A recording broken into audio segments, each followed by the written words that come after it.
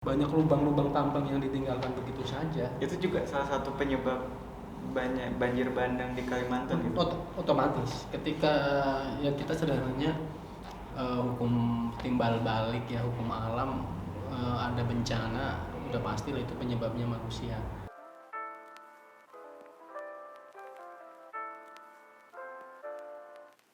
Assalamualaikum, hari ini saya sedang bersama Pak Juhri ya, salah satu rekan kerja saya. Beliau ini adalah seorang senior wartawan di sini, ya, khususnya di bidang energi ya Pak. Iya.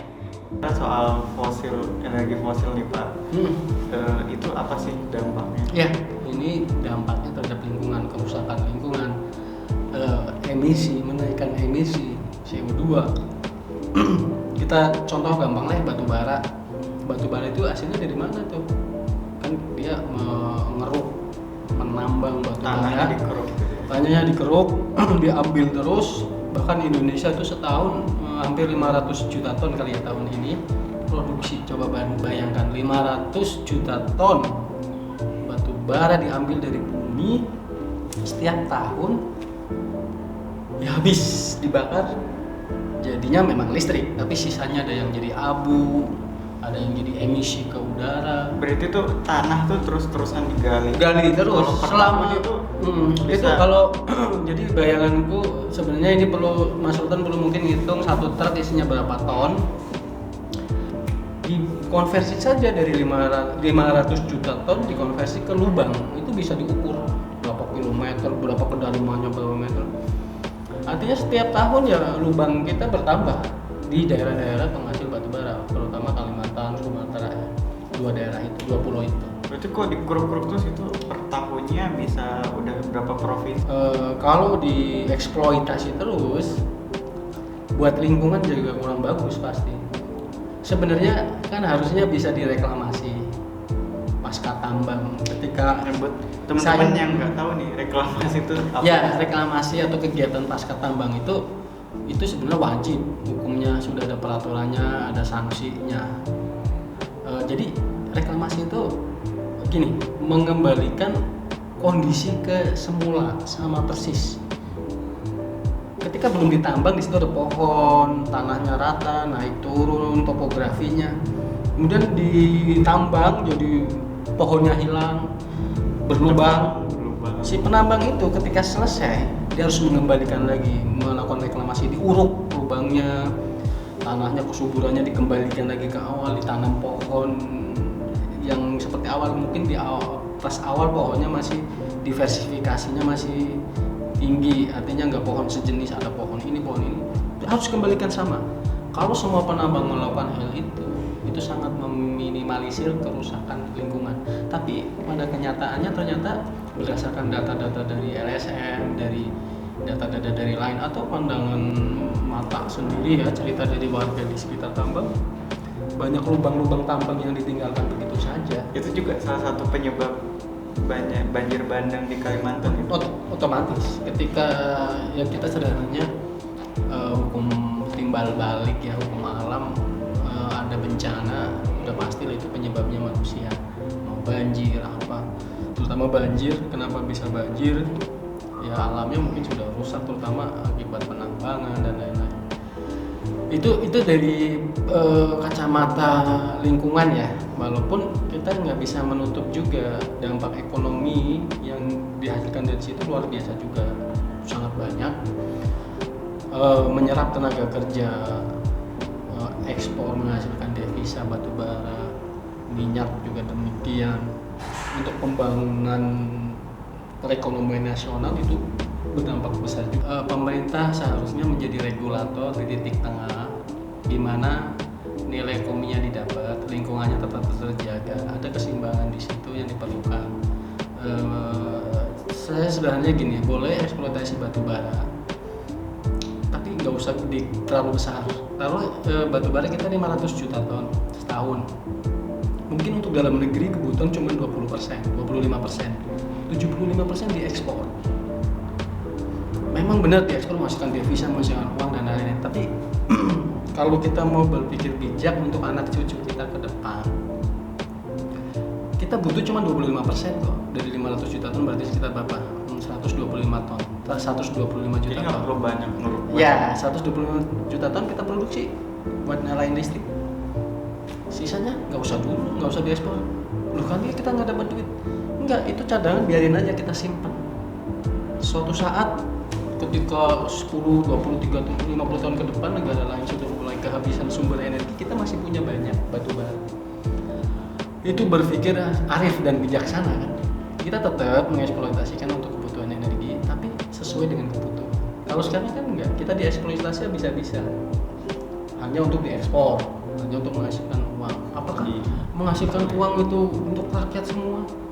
Secara hukum ekonomi makro iya, itu bermanfaat bagi perekonomian nasional melalui devisa, ekonomi tumbuh dan lain. Tapi secara ekonomi real mungkin hanya beberapa segelintir orang, korporasi yang menikmati kue yang sangat besar itu.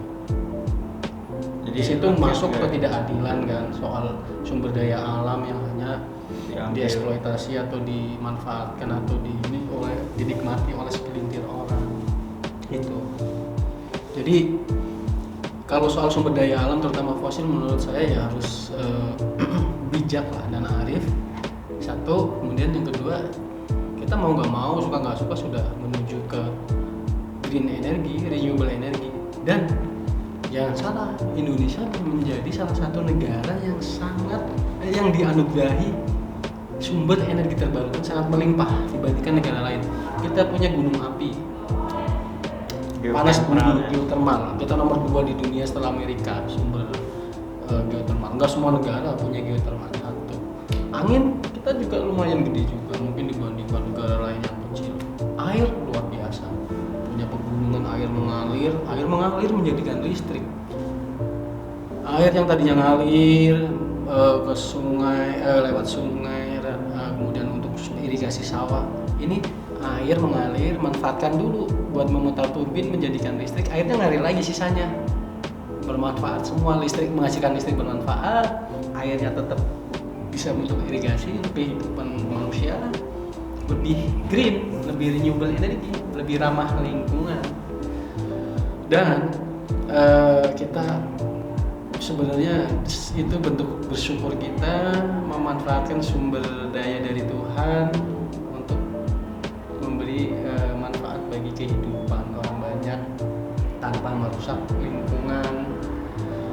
Makanya sebuah keniscayaan, renewable energy ini sebuah keniscayaan. Semua dunia mendukung ke situ, walaupun bukan tanpa sebab. Saya yakin terkait energi bersih, green energy, renewable energy juga didesain sedemikian rupa bagaimana bisnisnya ini bisa dinikmati juga dari pemain-pemain global, vendor, alat, investasi, perbankan, semua juga masuk nilai ekonomi semua ke situ.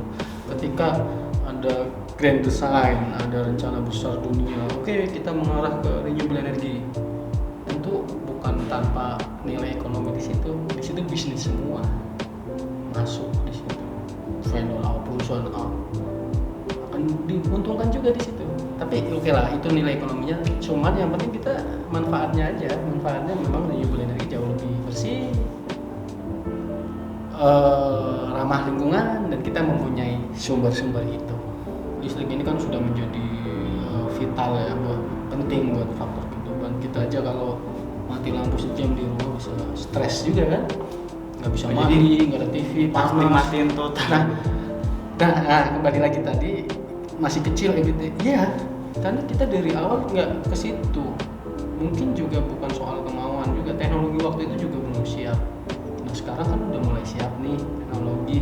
Angin udah ada satu di Sulawesi, surya banyak, teknologi makin murah, baterai dan lain-lain, air udah ada duluan.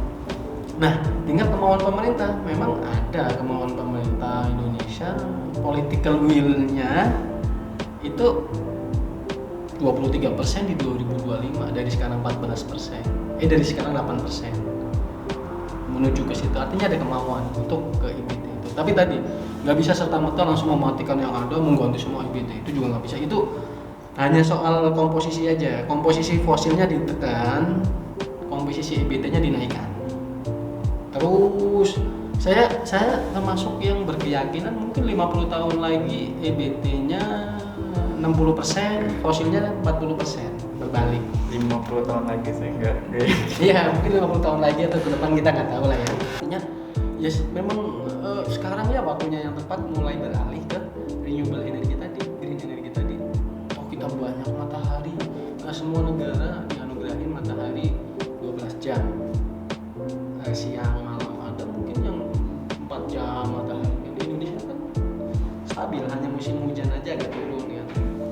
Gitu. Maju terus, siap. Semoga sukses juga Pak Yuri ke Iya. depannya.